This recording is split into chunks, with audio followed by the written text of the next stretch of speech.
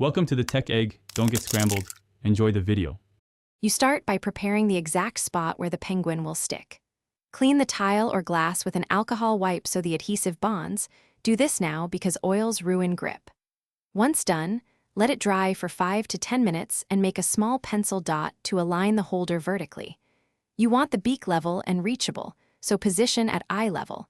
This alignment prevents water pooling behind the base and improves long-term adhesion.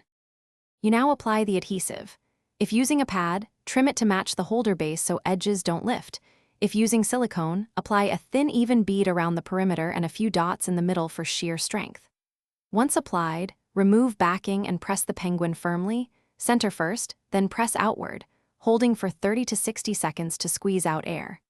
Make sure to follow the product cure time. This is why patience matters for lasting stick. You finish by letting the assembly cure completely before loading it with toothbrushes. Rushing that step is the most common mistake. After cure, test gently and then add weight progressively. If it fails to stick, re-clean the area with alcohol, replace the adhesive with a stronger pad or waterproof silicone, and ensure the surface is non-porous. Textured grout and painted drywall often cause failure. If problems persist, consider a discreet.